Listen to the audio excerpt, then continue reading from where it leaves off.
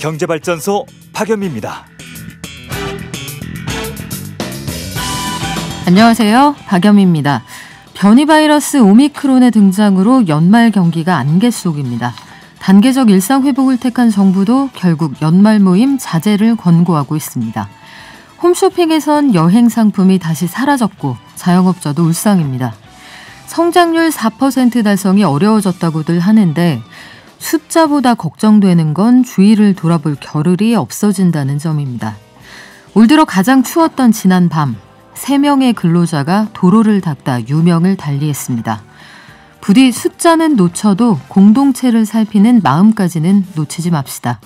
12월 2일 목요일, 여러분은 지금 삶을 발전시킬 경제발전소를 듣고 계십니다. 11월에 월 기준으로 사상 처음 수출이 600억 달러를 돌파했다고 합니다. 어디서 가장 돈을 많이 벌었는지 한번 들여다볼게요. 그리고 여당이 1주택자에 대한 양도세 기준 완화에 이어서 다주택자 양도세 중과도 유예한다. 이걸 검토한다고 했는데 기획재정부는 반대라고 하네요. 또 올해 9월 말 산업별 대출액이 1,530조 원을 웃돈다는데 부동산 투자와 무관치 않다고 합니다. 비트코인 담보대출 들어보셨는지 모르겠네요. 곧 코인 담보대출 서비스가 시작이 된다고 하는데 이게 어떤 영향을 미치게 될지 전문가와 알아보겠습니다. 증시에서는 간밤 뉴욕 증시 그리고 오늘 우리 장 전망해보고요. 박연미의 경제픽.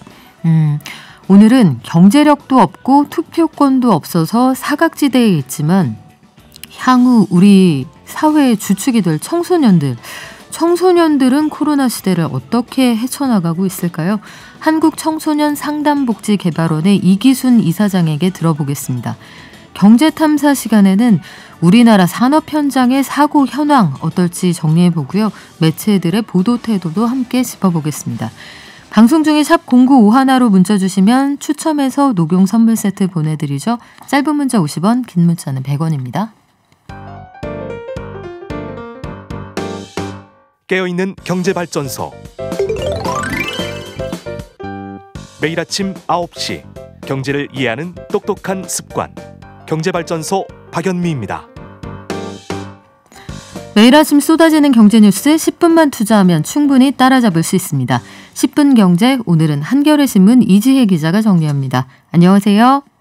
안녕하세요. 네, 지난달에 우리나라 수출 월 기준으로는 처음으로 600억 달러를 돌파했다고요? 예, 11월 우리나라 수출액이 지난해 같은 달과 비교해서 32.1% 증가한 604억 4천만 달러로 집계됐습니다. 무역 통계를 집계하기 시작한 1956년 이래로 월간 기준 최대치를 기록하면서 무역 역사를 새로 썼다는 반응까지 나오고 있습니다. 비단 지난달만이 아니라 최근에 우리나라 수출은 계속해서 기록을 경신하는 중입니다. 월별 수출액은 지난해 11월부터 13개월 연속으로 증가하고 있고요. 1년 전 같은 달하고 비교해서 수출 증가율을 따져보면 9개월 연속으로 두 자릿수대를 기록하고 있습니다. 바로 지난 9월에도 수출액 559억 2천만 달러를 기록하면서 그때의 최고치를 찍었는데 2개월 만에 45억 2천만 달러가 증가하면서 새로 최고치를 찍은 겁니다. 지금으로서는 올해 연간 기준으로 최대 실적 달성도 기대되는 상황입니다. 네, 우리가 어디에서 그렇게 장사를 잘했나요? 주요 품목 15개 중에서 13개가 수출이 급증하고 있어서 사실상 우리 주력 상품은 거의 다 잘 팔린다고 보시면 됩니다. D램 가격 하락 때문에 우려가 컸던 반도체는 오히려 40% 이상 증가해서요. 수출액 120억 4천만 달러를 달성했고요. 전방 산업 경기가 회복되면서 석유, 화학 그리고 일반 기계도 각각 63%, 11.6% 증가해서 모두 40억 달러를 넘어섰습니다. 석유 제품, 선박, 철강, 디스플레이, 무선통신기기, 컴퓨터, 섬유, 가전 등도 두 자릿수의 증가율을 기록했고요. 농수산식품과 화장품 등 신성장 품목도 역대 11월 실적 가운데서 1위를 달성했습니다. 약간 아쉬웠던 부분을 꼽자면 차량용 반도체 수급 문제 때문에 차 부품에서 수출이 소폭 감소하기는 했습니다. 비싼 배를 인도했다. 그 소식도 참 반갑더라고요. 여당으로 한번 가볼까요? 다주택자에 대한 양도세 중과 이거 유예를 검토한다고 하는데 기획재정부는 일단 반대라고 했네요. 예, 지난달 30일에 국회 기재위에서 1주택자 양도세 비과세 기준을 현행 9억에서 12억으로 올리는 합의가 이뤄졌었는데요. 그날 민주당 박완주 정책위 의장이 다주택자 양도세 중과에 대해서도 유예를 검토한다는 발언이 나왔었습니다.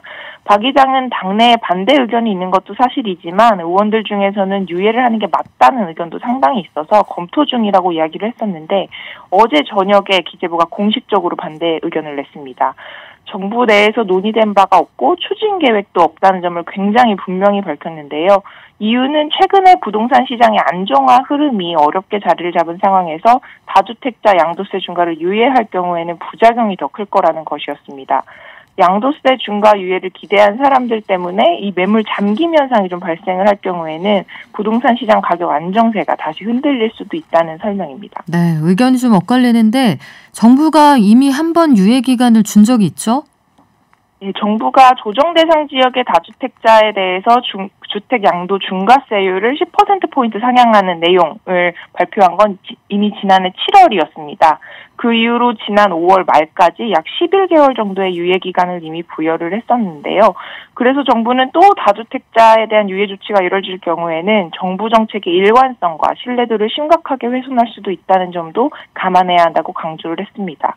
이미 중과세율을 적용받았던 다주택자들에 대해서도 불공정 논란이 벌어질 수 있다는 설명도 덧붙였고요.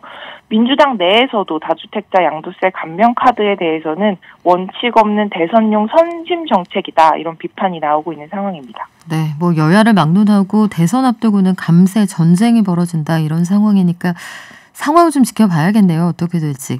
3분기 산업대출 52조 원 이상 늘었다고요? 예, 어제 한국은행 발표를 보면요. 올해 9월 말 산업별 대출 잔액은 1,530조 7천억 원으로 지난 2분기보다 52조 2천억 원가량 늘었습니다.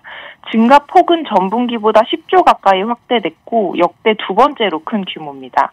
코로나 충격이 집중됐던 서비스업 그리고 제조업을 중심으로 대출이 크게 늘었는데 구체적으로 보면 코로나 4차 유행으로 직격탄을 맞았던 도소매업 대출액이 10조 6천억 원으로 전분기보다 2조 넘게 늘었고요.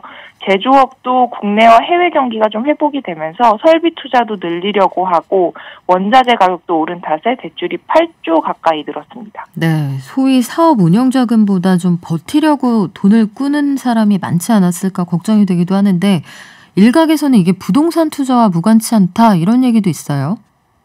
예, 이번에 서비스업 대출이 많이 늘었는데요. 특히 그 증가분 중에서 부동산업 대출이 13조 8천억 원이나 차지하면서 전체 대출 증가세를 견인했습니다. 관련 통계를 작성하기 시작한 게 2008년인데 그 이후로 부동산업 대출이 이렇게 많이 늘어난 건 이번이 처음입니다. 한국은행은 상업용 부동산에 대한 투자가 지속되면서 부동산업 대출이 크게 늘었다는 분석을 내놨습니다. 정부가 대출 규제를 하면서 주택 투자가 어려워지니까 대출 문턱이 비교적 낮고 수익률이 높은 오피스텔이나 상가 같은 상업용 부동산으로 자금이 몰린 영향이라는 설명입니다. 이렇게 대체 상품으로 꼽힌 상업용 부동산 투자 수익률은 지난 2분기에 이어서 3분기에도 굉장히 높은 수준을 이어가는 추세입니다. 네, 지금까지 한겨레 신문 이지혜 기자였습니다. 고맙습니다. 감사합니다.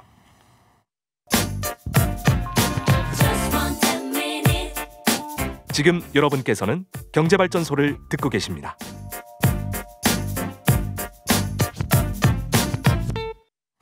물가가 올라가면 암호화폐 시장이 들썩이는 게 일반적입니다. 이게 물가와 무관하게 이른바 해지 수단으로 이용들을 하시는 건데 가상자산 소득에 대해서 일단 과세 시점은 1년 뒤로 미뤄졌죠. 내년 말고 2023년부터 하게 될 것 같은데 비트코인 담보대출이라는 서비스가 등장을 한다고 합니다. 암호화폐가 과연 제대로 된 담보의 역할을 할 수 있을지, 시장에는 어떤 영향을 미칠지 이더리움 기업연합의 신현성 연구소장 연결돼 있습니다. 안녕하세요. 네, 안녕하세요. 네, 오랜만입니다. 네, 오랜만입니다. 네, 가상자산 거래소들 일단 그 법에 따라서 신고를 마치면서 제도권 편입에는 성공한 셈이에요, 일단은. 네, 그렇습니다. 업비트하고 기존의 4대 거래소는 당연히 가상자산 사업자 신고 수리가 되는 걸로 알려졌었고, 그 외에도 지금 6곳 정도가 추가되어서 10곳 정도가 지금 가상자산 사업자가 됐는데, 그래서 업계들도 참 많이 반기고 있고요. 이제 제도권으로 본격적으로 들어가는 그런 효과가 있어서 그하고 이제 소비자도 좀 보호받게 되는 효과를 얻게 되었습니다. 가상자산 사업자 신고를 마친 곳이 네. 32곳 정도 되니까 뭐 업데이트 자료도 소비자들이 이제 보실 수가 있을 거고요. 네네네. 그런데 새로운 서비스가 등장을 한다고 해요. 네네. 비트코인이나 이더리움 같은 걸 담보로 이 대출을 받을 수 있는 이걸 뭐라고 해야 될까요? 코담대라고 해야 됩니까? 이런 대출이 나온다고요? 네네. 그 국내에서 그 가상자산 예치 사업하고 있는 델리오라는 기업에서 그 비트코인 담보대출 상품을 출시한다고 지금 하는데요. 그 사실은 저희가 이제 그 디파이라고 하지 않습니까? 분산금융이라고 저희가 얘기하는데 거기서 가상자산을 담보로 해서 다른 가상자산을 빌려주는 서비스는 매우 일반적인 서비스입니다. 네. 그런 서비스 중 하나가 이제 국내 기업에서 가상자산을 담보로 해가지고 일반 현금을 이제 빌려주는 서비스로 출시를 하게 된 건데요. 이게 저희가 분산금융에서 사실 가상자산을 담보로 해서 가상자산을 대출받는 거는 하는 목적 자체가 첫 번째가 투자 레버리지를 얻으려는 목적이 하나가 있고요. 그 두 번째는 그런 방식으로밖에 취득되지 않는 가상자산들이 있었어요. 그래서 얼마 전에 테라가 네. 미국 거래증권위원회 SEC에서 소송됐다는 기사가 나온 적이 있을 거예요. 거기 보면은 기사 내용에 가상 애플, 가상 테슬라를 발행했다라고 나오거든요. 그런 다른 가상자산을 통해서 담보로 해가지고 이런 것을 발행하는 서비스들이 있었어요. 그래서 그런 것들이 이제 현금으로 그 대출해주는 서비스가 이번에 출시되었다고 보시면 될 것 같습니다. 빗썸이라고 그 일반 투자자들이 많이 이용하는 이쪽에서도 빌려주는 서비스를 운영하고 있다고 하는데 네네. 이런 생각이 들어요. 담보대출이다 하면 예컨대 주택담보대출은 요 집은 어디 안 가잖아요. 네, 그렇죠. 그리고 가치가 뭐 급등락하지도 않는데 암호화폐는 하루만 해도 뭐 몇십 %씩 왔다 갔다 할 수 있는데 이걸 믿고 담보대출 어떻게 해주죠? 그래서 보통 이제 분산금융에서는 이게 그 가격이 안정돼서가 아니고 분산금융에서는 자동으로 이게 스마트 계약, 전자계약으로 해서 자동으로 그 담보 비율이 아래로 내려가면 강제 청산하게 되는 절차를 밟게 됩니다. 그래서 그 소비자가 빌려주는 사람이 보호받게 되는 형식인데요. 여기서도 그 담보 비율이 50% 최대 담보의 50%까지 빌려준다는 말인데 그러면 저희가 100만 원을 가지고 있으면은 최대 50만 원까지 100만 원치 비트코인을 가지고 있으면은 50만 원치 현금을 빌려주겠다는 얘기인데 사실은 저도 여기 델리오 약관 이런 걸 정확히 봐야 되겠지만 이게 비트코인 가치가 99만 원만 돼도 강제 청산되게 됩니다. 그렇게 해서 이제 대출을 해주는 사람을 보호받는 건데 좀 조심해야 될 건 이렇게 강제 청산 과정에서 제대로 된 가격을 못 받는 경우도 있을 수 있거든요. 그래서 그런 부분에 대해서는 좀 소비자가 좀 조심을 하셔야 될 것 같습니다. 그러면 만약에 말씀하신 그 가상자산 예치 서비스 회사라는 곳에 내가 만약에 1,000만 원을 맡겼다. 1,000만 원어치 비트코인이 그 회사에 들어가 있으면 500만 원을 대출을 해준다는 거네요. 네. 이자율은 네네. 이자율은 얼마나 돼요? 이자율은 지금 연 16%로 돼 있는데 좀 조심하셔야 될 거가 네. 1,000만 원에서 조금이라도 떨어지면은 저희가 500만 원을 다 대출 받았으면은 네. 이제 그 조금이라도 떨어지면 강제 청산될 수 있습니다. 그래서 사실 안정적으로 빌리시려면은 한 1-20% 정도 빌리는 게 안정적일 거거든요. 강제 청산이라고 하면 어떤 과정을 거쳐서 얼마나 남게 되는 거예요? 그러니까 저희가 그 1,000만 원을 가지고 500만 원을 빌렸다 한다면은 비트코인 가치가 지금 999만 원이 됐지 않습니까? 네. 그러면은 이거를 시장에서 어떤 이제 델리오는 어떤 식으로 하는지 모르겠지만 일반적으로는 이거를 어떤 이제 다른 그 받아주는 곳에 그 매각을 하게 되고요. 매각 절차를 어떻게 하는 것에 따라서 이제 가격을 제대로 받는지 못 받을 수 있는데 한 999만 원 근처에서 일단은 가격이 청산이 되게 될 거예요. 그리고 나서 네네. 네 그렇게 되는 구조가 될 겁니다. 그러니까 강제 청산이라는 게 내가 맡긴 암호화폐의 가치가 종전보다 손상이 되거나 그러니까 즉 값이 떨어지면 대출을 해준 업체가 손해를 보지 않기 위해서 그걸 강제로 내다 팔아서 원금을 회수한다 이 얘기네요. 네. 그렇게 해서 원금 보호되는 효과를 가지게 됩니다. 그러면 이게 소비자한테는 좀 불리한 조건인데 이 또 한 가지 걱정되는 게 비트코인이나 뭐 이더리움 같은 걸 담보대출로 출시했을 때 사람들이 과도하게 투자를 하는 거 아니냐, 이른바 새로운 영끌 수단이 될까, 이것도 걱정이 좀 돼요.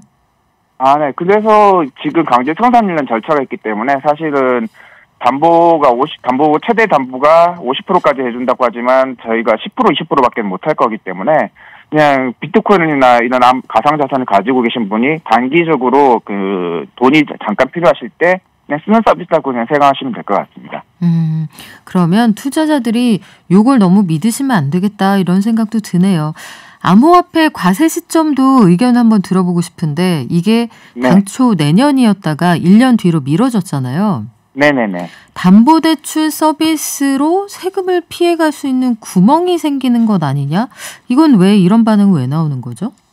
그렇게 이제 딱 처음에 딱 듣자마자 이걸 잘 모르시는 분들이 이러면은 그 현금화하는 과정에서 세금을 내야 되지 않습니까? 네. 이게 다른 현금화하는 수단이지 않을까라고 해서 그런 질문들을 좀 저도 몇 번 받은 적이 있긴 하거든요. 네. 근데 이걸로는 현금화 하셔봐야 그렇게 그 세금 내시는 것보다 딱히 효과 있는 방식이 아니어가지고 이게 그렇게 구멍이 되지는 않을 것 같습니다. 근데 이게 현금화 된다고 생각하시니까 이게 좀 세금을 좀 피하면서 내가 원화를 가질 수 있는 방법이 아닐까라고 생각하시는 분들이 있었던 것 같긴 하더라고요.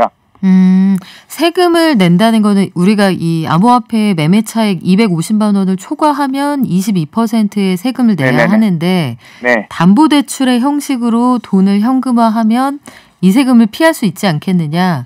근데 네. 뭐 간단하게 따져봐도 세금이 더 적을 것 같은데요. 네, 그렇게 해서 별 효과가 없습니다, 사실. 그렇군요. 결국은 그 우리 투자자들, 소비자들이 여러 가지 새로운 서비스 주의해야 할 점이 많은데 마지막으로 대표님 의견을 한번 청해보고 싶어요. 청취자분들이 유의해야 할 요 비트코인 담보대출 이런 것들 주의사항이 있을까요? 비트코인 담보대출 자체는 잠깐 정말 소액을 그 비트코인이 오를 거라고 생각들기 때문에 가지고는 있는데 잠깐 소액 대출하는 느낌이고요. 지금 이걸 가지고는 어떻게 특별하게 레버리지를 일으킨다거나 그렇게는 아닌 것 같습니다. 근데 이거 말고 장기로 비트코인을 투자하시겠다 그런다면 차라리 비트코인 애치해서 이자를 받으시는 게 오히려 좀 좋을 것 같고요. 이거 담보대출 가지고는 재밌는 상품이긴 한데 시장에 큰 의미를 두지는 않는 것 같습니다. 예치하면은 이자는 얼마나 줘요? 경우에 따라 다르고요. 분산금융에서는 굉장히 이자율이 가상자산에서 굉장히 많이 차이가 납니다. 그래서 또 작게는 6%에서 많게는 50% 이상도 받는 경우도 있는데요.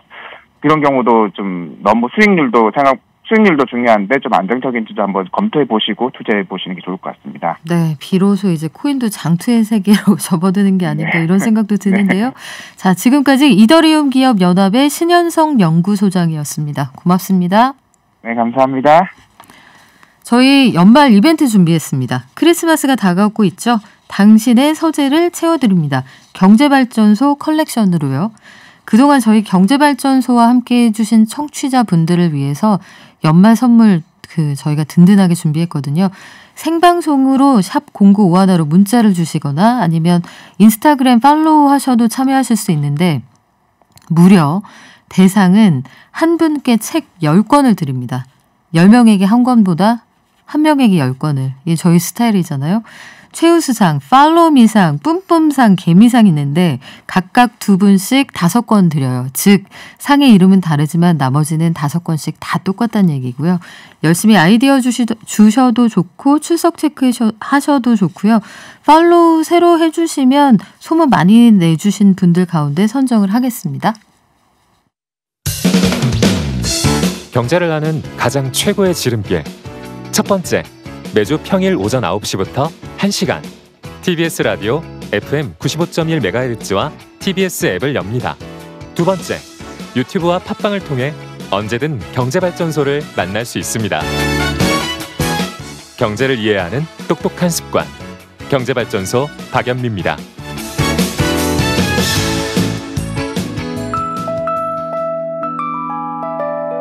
개미 한 마리, 개미 두 마리, 개미 세 마리가 사과를 들고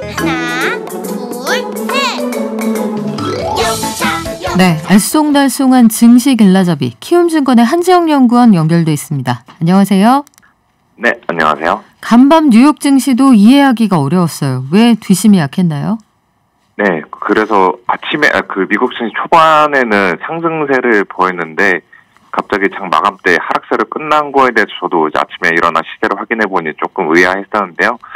먼저 전체적인 분위기를 보시면은 장 초반에는 그 전날에 1% 넘게 급락한 거에 대한 저가 매수세가 유입이 되었고 또 11월 미국의 제조업 지표나 고용 지표가 예상보다 호조세를 보였다는 소식에 힘입어서 상승 출발했습니다. 그런데 왜 빠졌는지를 살펴보니까 크게 두 가지가 있었는데요. 먼저 드디어 미국 내에서도 오미크론이 최초로 발생했다는 소식이 전해졌습니다.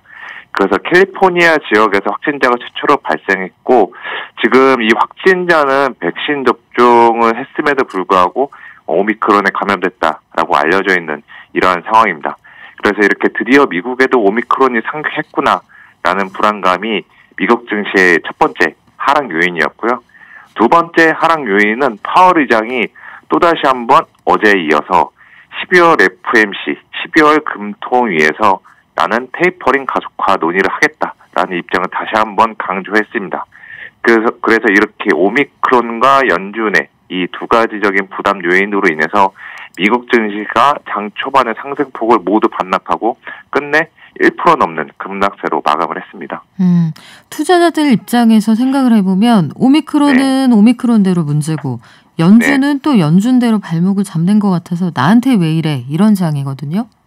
네, 그렇습니다. 이럴 때는 어떻게 해야 돼요?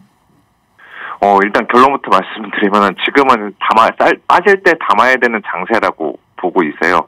왜 이 말씀을 드리냐면은 지금 미국의 오미크론 확산은 좀 시간의 문제로 보이고 있는 상황이지만 저는 누차 강조드리는 입장이지만 그 미국 정부가 추가 확산을 억제하기 위해서 전면적인 봉쇄 조치로 가지 않을 것이라는 점에 저는 굉장히 높은 확률을 주고 있습니다. 그리고 파월 의장 관련한 문제 역시도 지금 파월 의장 역시 오미크론 사태가 경제 전반에 크게 영향을 주거나 혹은 전면적인 봉쇄 조치를 시행하지 않겠다는 전제하에 이렇게 테이퍼링 가속화 의지를 표명한 것으로 볼 수가 있습니다. 따라서 연준 같은 경우는 지금 이들도 오미크론 데이터를 제대로 수집하고 있지 못하고 있는 상황인 만큼 실제 12월 FOMC에서 테이퍼링 가속화가 이루어지지 않을 가능성은 있다라고 보고 있고요. 오히려 구두상으로 이렇게 시장 참여자들에게, 투자자들에게 가이던스, 방향성을 좀 높게 제시한 다음에 실제 12월 FOMC에서 테이퍼링 가속화를 발표 안 하면은 투자자들 입장에서는 이것도 약간의 심적인 완화 정책으로 느껴질 수 있는 부분입니다. 저는 파월 의장이 그거를 조금 염두에 두고 이렇게 의도적인 이러한 테이퍼링 가속화 의지를 표명한 것이 아닌가라는 좀 입장이고 있고요. 물론 지금 당분간은 오미크론 관련한 뉴스 흐름에 따라서 시장 심리가 수시로 바뀌는 환경에 처해 있지만 저는 강조드렸다시피 봉쇄 조치, 전면적인 봉쇄 조치로 가지 않는 이상 증시가 급락할 가능성은 높지 않다라고 보고 있습니다. 그래서 이제 쌀 때 사자, 빠질 때 사자라는 입장을 견지하고 있는 것입니다. 더 빠지면 어떡해요? 더 빠지면은 그때부터 계속해서 담아가야 되는데 저는 지수 하단은 정말 2,800이 지수 하단으로 보이고 있고요. 그리고 지금 우리나라 증시도 오늘 어제 미국 증시 봤을 때 뭐 1%에서 2% 정도 급락해야 되는 것이 정상일 수도 있다라고 보이지만 지금 코스피는 오히려 상승하면서 2,900선을 회복하고 있는 이런 상황입니다. 오후장에도 이렇게 갈까요? 예, 저는 이러한 흐름으로 이어질 것 같아요. 지금 외국인들의 수급 같은 경우도 최근 들어서 국내 증시에 많이 우호적으로 바뀌고 있고요. 또 반도체 포함한 IT 대형주들 같은 경우도 지금 오미크론 사태에 좀 뉴스가 소식이 묻혀 있지만 실적이 잘 나오고 있다라는 이야기들도 많이 나오고 있습니다. 그래서 이러한 요인들 감안해서 봤을 때 오후장에도 견조한 주가 흐름을 보이지 않을까라고 보고 있고요.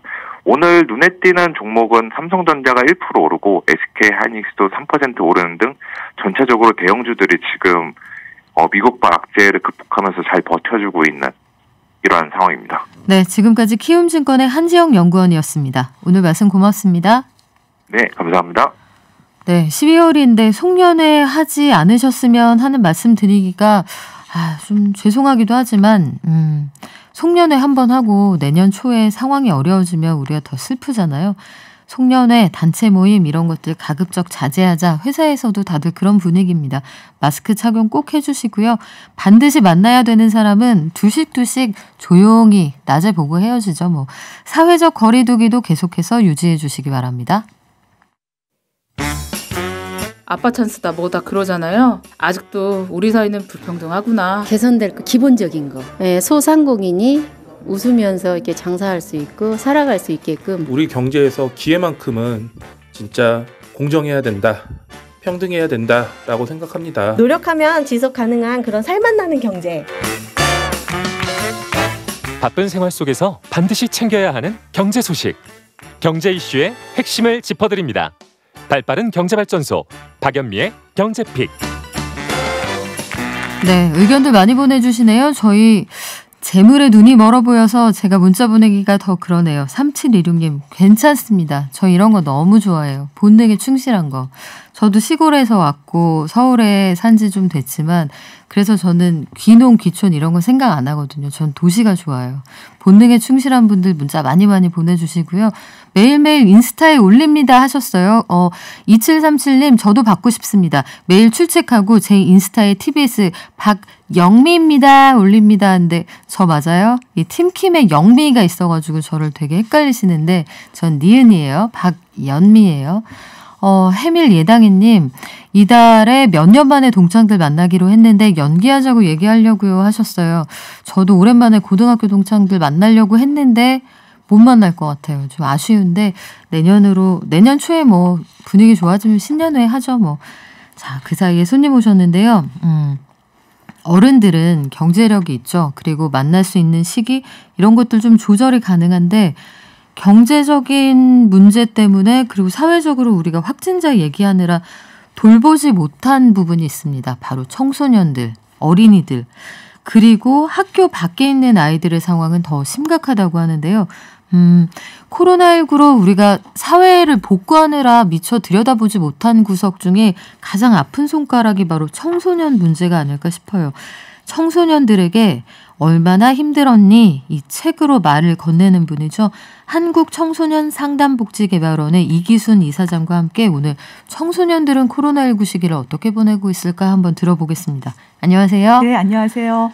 네, 예상은 했는데 청소년들이 코로나19 시기에 참 많이 힘들어한다. 이게 통계로도 입증이 된다면서요? 네네. 작년에 코로나19로 인해서 학교 생활이 어떻게 변했나 물어보니까 부정적으로 얘기하고 또 학업 스트레스가 많았다고 응답한 청소년들이 48%가 넘었습니다. 그리고 한국청소년상담복지개발원이 운영하는 상담센터가 있는데 여기도 코로나 전과 비교해서 상담을 원하는 청소년들이 32만 명으로 30%나 증가를 했어요. 그래서 이들이 대부분 이제 호소하는 문제는 코로나 사태가 안 끝나고 있으니까 불안하다, 우울하다, 또 친구를 못 만나니까 외롭고 쓸쓸하고 소외감이 느껴진다. 이런 내용들이 많았습니다. 외롭다, 쓸쓸하다, 소외감이 느껴진다. 청소년들한테 나와서는 안 되는 얘기 같은데 역시 이 시공간으로 단절이 되잖아요. 네네, 그냥 집에 각자 혼자 있거나 네네. 학원 다니거나 이 정도일 텐데 아이들이 어떤 식으로 자기의 심리를 표현하는지 이것도 통계가 나와 있는 모양이에요. 네네. 올해 4월에 저희가 청소년 한 860명 대상으로 정신건강 심층조사를 해봤더니 그 아이들이 보통 이제 코로나가 2년 차라서 대단히 무감각해질 거라고 어른들은 생각하실 텐데 아이들의 불안감과 아까 얘기한 걱정, 뭐 짜증, 우울은 그 2020년 시작했던 비에 비해서 달라지지가 않았고요. 네. 또 주목해야 될 것은 긍정적인 감정. 예를 들자면 뭐 감사한다든가 평안하다든가 이런 감정은 3배 이상 감소를 했습니다. 그래서 아이들의 그 어려움이 훨씬 더 심화되고 있다는 걸 볼 수 있고요.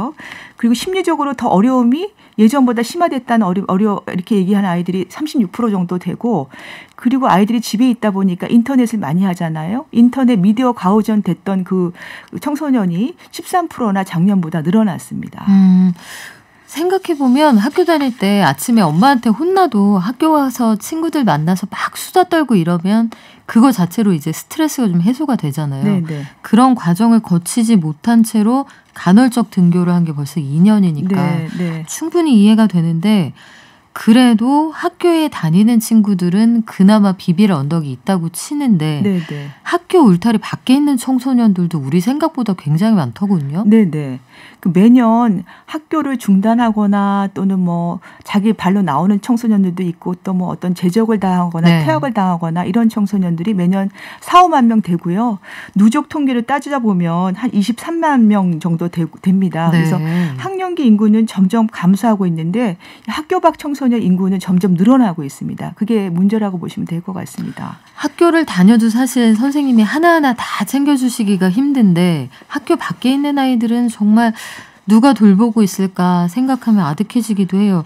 학교 밖 청소년들에게 그래서 일종의 보호자 역할을 해주는 곳이 우리 이사장님이 계신 한국청소년상담복지개발원이잖아요. 네네. 구체적으로 어떤 일을 하시는지 소개를 좀 부탁드릴까요? 네네. 한국청소년상담복지개발원은 학교를 안 다니는 제도권 밖에 있는 청소년들을 지원하고 있는 곳이라고 보면 됩니다. 그러니까 지금 말씀드린 학교 밖 청소년, 또 가정을 나온 청소년, 또 미디어 과우전된 청소년, 학교폭력 피해 청소년들을 지원하는 기관인데 특별히 이제 학교 밖 청소년들을 지원하기 위해서 전국의 학교 밖 청소년 지원센터, 저희가 이제 쉽게 꿈드림 센터라고 부르는데 이게 시군구별로 한 220개가 있고요. 또 청소년들 어려운 문제를 해결하는 청소년 상담복지센터가 시군구별로 다 있습니다. 이런 기관을 이제 총괄 지원하고 또 프로그램을 지원하는 기관이라고 보시면 될 것 같습니다. 이게 시군구별로 다 있다는 것도 아마 이번에 네. 처음 아시는 분들이 많을 텐데 검정고시 같이 그 학교에 다니지 않지만 학력을 인증받을 수 있는 이런 교육도 받을 수 있고 취업 훈련뿐만 아니라 심리 상담도 해주신다고요? 네네. 심리 상담 이제 아이들이 학교를 나왔기 때문에 자기 진로에 대해서 상당히 어렵고 괴로워하는 경우가 많습니다. 그래서 진로 상담도 해드리고 또 이제 개별 상담도 하고 부모랑 같이 오셔서 상담을 받으실 수도 있습니다. 네. 이게 다 전액 무료입니다. 그래서 어려운 경우에 자기 진로에 대해서 고민이 될 때 학교 밖 청소년 지원센터나 청소년 상담복지센터를 찾아가시면 거기에 상담을 전문적으로 훈련받으신 전문 청소년 상담사들이 계십니다. 그분들의 도움을 받으실 수 있어서 대단히 유용할 걸로 생각이 듭니다. 요즘에 사실은 TV 프로그램도 많지만 이 사설 상담소 이용하신 분도 굉장히 많으시거든요. 네네. 시간당 상담 비용이 만만치가 않습니다. 우리가 공공기관을 통해서 이런 것들을 많이 이용하실 수 있으면 좋을 텐데 사실 학교를 벗어나는 청소년이 된다는 거는 굉장히 용기가 필요하기도 하고 굉장히 어려운 일이에요. 그래서 이런 친구들이 여러 가지 프로그램으로 좀 본인들의 향후 미래를 설계할 수 있다면 좋을 것 같은데 책을 쓰셨단 말이에요. 얼마나 힘들었니? 책 제목만 봐도 이 어떤 의도로 지으신 건지 알겠는데 이런 제목을 만드신 이유가 있겠죠? 예. 제가 이제 어려움 겪고 있는 청소년들을 많이 만났어요. 학교 밖 나온 청소년들도 있고 특히 학교 폭력이나 자기 심한 스트레스 때문에 이제 자해하려고 하는 청소년들이 있는데 상당히 늘어나고 있습니다. 우리나라에서. 그래서 이 청소년들이 가장 듣고 싶어하는 말이 너 왜 그랬니? 너 왜 그런 짓 왜 했니? 라는 얘기를 하게 되면 자기 마음의 문을 닫아버리게 된다 그래요. 그래서 너 얼마나 힘들었길래 그런 행동을 했니? 라고 자기 마음을 알아주는 위로의 말을 들으면 그렇게 자기가 막 힘들어서 자해까지 하려고 하는 부정적인 감정에서 벗어나서 자기를 돌볼 수 있는 자기 역량이 생긴다. 자기 에너지가 생긴다. 이런 얘기를 하더라고요. 그러니까 아이들은 다구치는 얘기가 아니라 내 마음 좀 알아달라는 얘기가 바로 얼마나 힘들었니 그 얘기고 그게 제목이 됐습니다. 참 말 한마디네요. 사실은 지금 이사장님이 말씀해 주신 두 가지가 같은 질문이거든요. 네. 왜 그랬니인데 전자는 그냥 왜를 물어보는 거고 네네. 둘째는 일단 공감을 해주고 네네. 그래서 왜 그랬니 네네. 뒤에 달라붙는 거잖아요. 그렇죠. 이게 실제로 학교 밖에 있는 아이들을 만나면 어떤 걸 제일 힘들어합니까? 일단 학교 밖 아이들을 바라보는 사회적인 시선 갖고 되게 괴로워하고 있습니다. 말하자면 이들을 학교를 제 발로 뛰쳐나온 뭐 문제아라든가 또 학교에서 내팽겨진 또 이단아라든가 이런 식으로 사회적인 어떤 차별적인 편견 이런 시선 때문에 괴롭다고 말한 친구들이 39%가 되고요. 또 하나는 학교 밖 청소년이기 때문에 기회가 너무 많이 차단돼 있어요. 잘 눈에 안 띄실지 모르지만 모든 경시대의 자격이 학생이에요. 맞아요. 네. 10대 이퀄 모두가 학생이라고 생각하는 거예요. 근데 학생이 아닌 청소년도 있는데 그럼 경시대에 얘는 아무리 재주가 있어도 그걸 응시를 못하는 거죠. 그 생각 공모전. 네. 그래서 그걸 저희가 막 바꾸는 작업을 했고요. 그런 다음에 또 이제 여성가족부에서 그 학생증 대신에 청소년증을 만들었습니다. 그래서 청소년증을 내면 신분을 보여드릴 수가 있고 예전에는 이게 할인 혜택이 안 됐는데 학생은 할인이 됐는데 청소년증으로는 할인이 안 되는 것이 많았는데 지금은 많이 할인이 되고 있고 또 청소년들 또 이제 그 이번에 대학을 가는데 네. 수시 입학 중에 학생 종합 전형이 있어요. 학생부 종합 전형.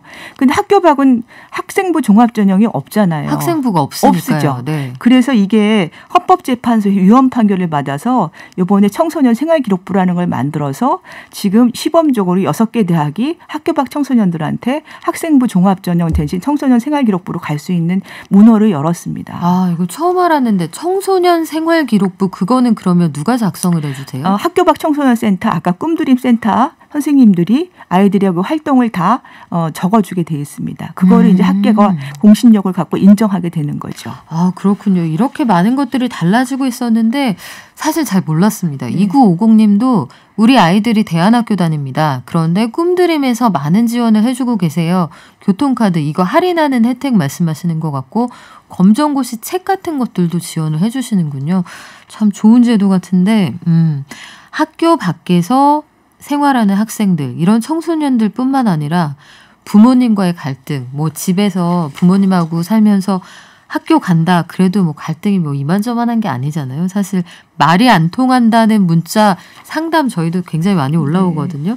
이성 문제도 있고 또 충동적으로 겪게 되는 여러 가지 상황이 있을 때 청소년 상담 복지센터 이쪽으로 연락을 하면 선생님들이 항상 받아주십니까? 네. 청소년 상담 복지센터를 전화를 걸어도 되고 찾아가셔서 이제 신청을 해서 찾아가셔도 되고 또 하나는 1388을 기억해 주시면 좋겠어요. 청소년 상담 1388은 전화도 되고 온라인도 되고 카카오톡도 됩니다. 그래서 전화 상담은 국번 없이 1388이고 네. 휴대폰으로 하면은 지역번호 넣고 1388. 그러니까 서울은 02 누르고 1388 하시면 되고요. 또 문자 상담도 가능하시고요. 샵 하고 04번 누른 다음에 1388 치시면 되고 또 사이버로 들어오셔가지고 조금 더 채팅 상담을 실시간으로 하셔도 도움이 됩니다. 청소년 상담 센터를 치시면 포털에서 치시면은 네. 나올 겁니다. 예. 아, 이거 채팅으로 하는 거 참 좋은 것 같아요. 요즘 청소년들은 음성 통화 좀 어려워하거든요. 네, 네. 대면에서 얘기하는 것도 좀 부담스러워하니까 톡으로 대화할 수 있다 하면 훨씬 더 도움이 될 텐데 다시 한번 알려드릴게요. 청소년 상담 복지센터 포털에서 검색을 하시면 쉽게 이용하는 법 알려주신다고 하는데 혹시 야간에도 운영이 되나요? 야간으로 운영이 됩니다. 청소년 사이버 상담센터. 네, 예. 이게 야간을 왜 여쭤봤냐면 청소년들이 고민이 막 되게 밝은 낮에 많을 것 같진 않거든요. 일몰 이후에 심란할 때 저녁에 자기 전에 잠이 안 와요. 뭐 이럴 수 있을 것 같아서 여쭤봤는데 야간에도 운영을 한다고 하네요. 검색해서 가까운 상담센터로 직접 가실 수도 있는 거죠. 부모님하고 같이. 네. 자, 지금 당장 누군가로부터 위로의 말을 듣고 싶다, 도움을 받고 싶다 하는 분들은 요 1388 번호나 센터 이름 기억해 주시면 좋을 텐데 1388에 전화를 걸어서 청소년이 이 소중한 생명을 구한 사례도 있다면서요? 네. 한 청소년이 우울이 좀 심해서 이제 극단적인 선택을 하려다가 자기한테 평생 가장 친절하게 해준 선생님한테 다시 한번 그때 인사라도 해야겠다고 사이버 상담 들어와서 문자를 채팅을 한 거예요. 근데 아이 상태가 조금 정상적이지 않으니까 맞춤법도 틀리고 너무 이상해서 선생님이 우리 전화로 얘기할까 했더니 아이가 응해줬어요. 그래서 아이한테 얘기를 다독거리면서 너의 생명이 얼마나 중요한데 이런 선택을 하니까 아이가 여기서 이제 마음을 고쳐 먹은 거죠. 그래서 엄마랑 통화가 돼서 아이가 이제 그 우울감을 고치는 그런 이제 정신병원 이제 정신과 치료도 받고 나아진 그런 사례가 있습니다. 아, 정말 다행인데 이하나 공구님이 그걸 물어봐 주시네요. 이 센터에서 상담을 받을 의향이 있는 분들 가운데 아마 이거 걱정하는 분들 많을 텐데 우울증으로 상담을 받거나 아니면 병원과 연계돼서 이 처방을 받아서 약을 먹을 경우에 이게 의료 기록이나 아니면 상담 기록이 남아서 아이 진로에 이제 영향을 미칠까봐 그리고 성인이 되어서도 이런 기록이 건강보험 같은데 남아있을까봐 걱정하시나 봐요. 요건 어떻게 됩니까? 그 상담의 기록은 거기 어디에 남아있지 않습니다. 그리고 이제 만약에 학교에서 선생님이 학교 생활을 지도하는데 뭔가 의뢰가 필요하다고 했을 때는 반드시 본인의 동의를 받아가지고 저희가 자료를 보여주거나 하지 동의 없이 그거 자료를 넘기거나 그런 경우는 없습니다. 그렇군요. 네. 이런 부분들은 좀 안심하셔도 될 것 같아요. 그리고 요즘은 마음의 감기라고 해서 연예인들도 이런 얘기들을 공개적으로 많이 하잖아요. 네네. 제가 공황장애를 겪습니다. 우울증을 겪는데 이런 것들 약 먹고 잘 극복하고 있습니다. 얘기하시니까 요새는 좀 많이 달라지지 않았을까 싶어요. 자, 책에서 제가 그 밑줄을 그으면서 봤던 부분이 이 좀 무서운 단어예요. 스스로 목숨을 잃게 하는 행위하고 자해는 구분해서 접근해야 된다. 이런 말씀도 하셨는데 이 두 가지가 어떻게 다른 겁니까? 그러니까 저희가 이제 자해를 얘기할 때는 자살의 의도는 없지만 그래서 비자살적 자해라고 합니다. 그래서 자기 몸에 상처를 내는 거죠. 피가 나게 만들거나 그렇게 이제 하는 건데 그 아이들이 지금 좀 늘어나고 있어요. 중학생 중에 한 4만 명, 고등학생 한 3만 명 정도가 자해해 본 적이 있다고 답을 했으니까 그렇게 많습니까? 실제 답보다 더 한 아이들이 많을 수가 있죠. 그러니까 이 아이들은 너무 자기 감정 상태가 주로 우울이라든가 불안해서 오는 건데 이걸 견디지 못하니까 내 몸에 상처를 내고 이거를 나를 좀 알아달라는 거죠. 내가 너무 힘들다. 그러니까 이 아이들이 주로 이제 드는 감정 상태는 많이 참습니다.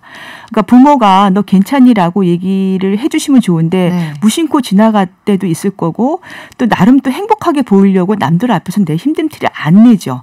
힘들다 못해가지고 자해를 하는데 자살까지 갈 의도는 없지만 이게 반복적으로 가다 보면 자살을 할 수 있는 경우에 선택지가 더 가까워질 수 있다는 그런 우려가 있습니다. 그러면 아이가 그런 방식으로 나를 좀 봐달라고 표현을 할 때 알아채고 사회가 도와주는 그 작업이 반드시 필요할 것 같은데요.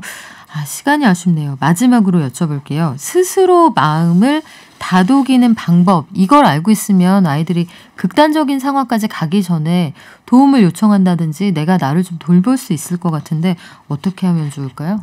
그러니까 보통 그 어려움을 대하는 태도가 더 자기 인생을 좌우한다고 그래요. 90대 10이라고 하는데 어떤 힘든 상황이 나타난 거는 10에 영향을 끼치지만 이거를 바라보는 태도의 90%가 자기 인생을 좌우하기 때문에 그 어려움을 긍정적으로 바라보는 태도가 역경을 이기는 힘이라고 볼 수 있을 것 같아요. 그래서 자기 마음에 기본적으로 갖고 있는 역경을 이겨내는 힘을 우리가 회복 탄력성이라고 그러는데 그런 식으로 마음 훈련을 하고 긍정적인 어떤 태도를 좀 육성시키고 하는 것들을 저희가 이렇게 지역센터에서 많이 도와드리고 있기 때문에 혼자 고민하시지 마시고 이럴 때 이런 도움을 받아보는 것도 저는 상당히 좋을 것 같습니다. 네, 마음도 사실은 그 이사장님 저보다 연배가 위시지만 마음도 써보면 근육이 붙잖아요. 그래서 마음이라는 것도 써보고 요렇게 저렇게 달리 먹어보고 이러는 연습이 필요하다는 생각을 저도 가끔 해봅니다.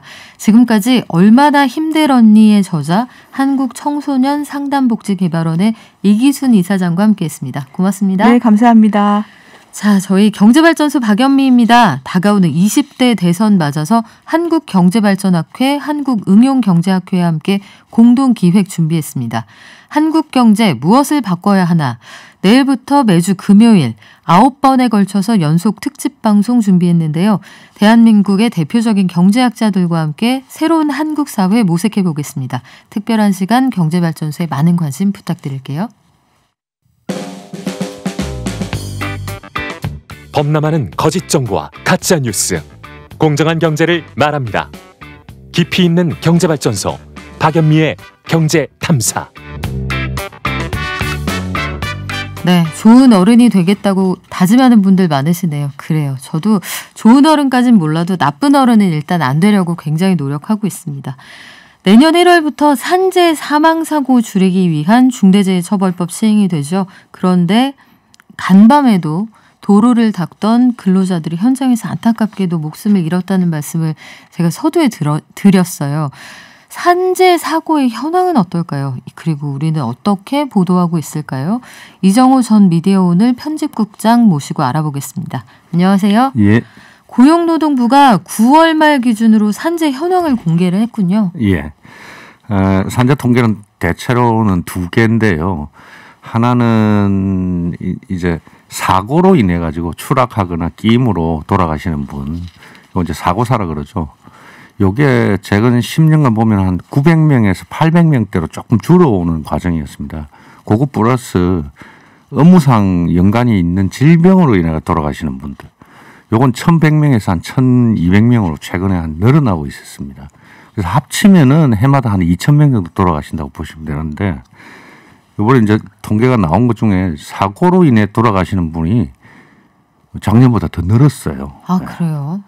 700명대 초반으로 잡겠다고 이제 고용노동부가 이야기했는데 이미 그걸 넘어서 거의 육박해진 거죠. 678명 정도 돌아가셨으니까 이미 9월 말 현재.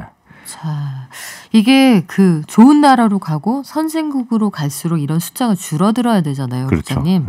언론들은 고용노동부 통계를 어떻게 보도하고 있습니까? 거의 대부분 보도를 안 했는데 세계일보만 유일하게 이제 9월 말 현재 산재 사망이 678명으로 이제 노동부가 원래 당초로 목표로 세웠던 걸 이미 초과하게 생겼다 이렇게 우려하는 보도를 했고요. 대부분의 언론들은 큰 사고가 나가지고 파괴력이 있으면은 조금 보도하다가 말고 그러죠.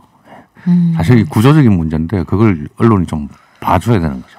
그래요. 우리 사회의 감시견 역할이 사실은 언론이 가지고 있는 첫 번째 본령이잖아요. 이런 것들 얼마나 충실히 하고 있나 다시 한번 돌아보게 되는데 내년부터 중대재해기업처벌법도 시행이 되죠. 예. 산재 사고를 줄이는 데 얼마나 도움이 될까요? 이게 좀 이제 딜레마인데 내년에 도입되는 거는 50인 이상 사업장에 도입됩니다. 근데 지금 뭐 나오는 통계들 보면은 80% 이상이 50인 미만 사업장, 작은 사업장에서 사망사고가 나거든요. 네, 그게 참 딜레마예요. 보면은 네. 현장 사정이 녹록지 않으니 유예를 해주겠다라고 하는데 대다수의 사고는 그쪽에서 발생을 그렇죠. 하잖아요. 작은 사업장에서. 이 절충점을 어떻게 찾아야 되나요? 고민되는 지점은 원하청 관계로 묶여 있는 건설 현장의 산재 사고가 50%거든요. 네. 네. 근데 거기는 가령 예를 들면 현대건설이 큰 아파트를 짓는데 사람이 죽었는데 50인 미만의 하청업체 소속이면은 현대건설 카운팅에는 안 잡히는 거죠. 그러니까요. 그렇게 하면 논리적으로는 좀 맞지는 않지 않습니까? 그죠? 안전장구도 서로 다르게 주고 이러는데 이걸 일치시키지 않으면은 사실 건설 현장의 추락사 같은 경우에 보시면은 굉장히 놀라실 건데 3m 이내에서 돌아가시는 분이 절반이 넘습니다. 3m라면은 우리가 그 그물 같은 거, 그물망 같은 것만 잘 갖춰놔도 예, 제가 본 거는 1.5m에서도 떨어져가지고 돌아가시는 분을 봤는데 그런 경우도 많습니다. 그래요. 우리 선박 그 건조하는 작업이나 페인트 칠할 때 사망 사고 날 때 보면 배 위에서 배를 엎어놓고 작업을 하시니까 그 그물을 안 쳐서 사람이 그렇죠. 인명사고를 당했다 이런 얘기 있거든요. 같은 유형의 사고가 반복되는 거 이거는 꼭 고쳐야 될 것 같은데요. 이게 제가 한 20년째 쭉 통계 바라보면은 건설업이 전체의 50% 업종으로는 그게 변하지가 않는 거죠. 그리고 이제 사고 유형도 추락사가 약 한 45% 정도 되는 거. 이것도 거의 변하지 않습니다. 두 번째가 끼임이죠. 옛날에는 협착이라고 그랬는데 네. 얼마 전에도 불과 지난달 11월 30일 날도 장성에 있는 조그마한 골판지 회사에서 컨베이어 벨트에 사람이 끼었는데 계속 가동되고 있었죠. 그러니까요. 네.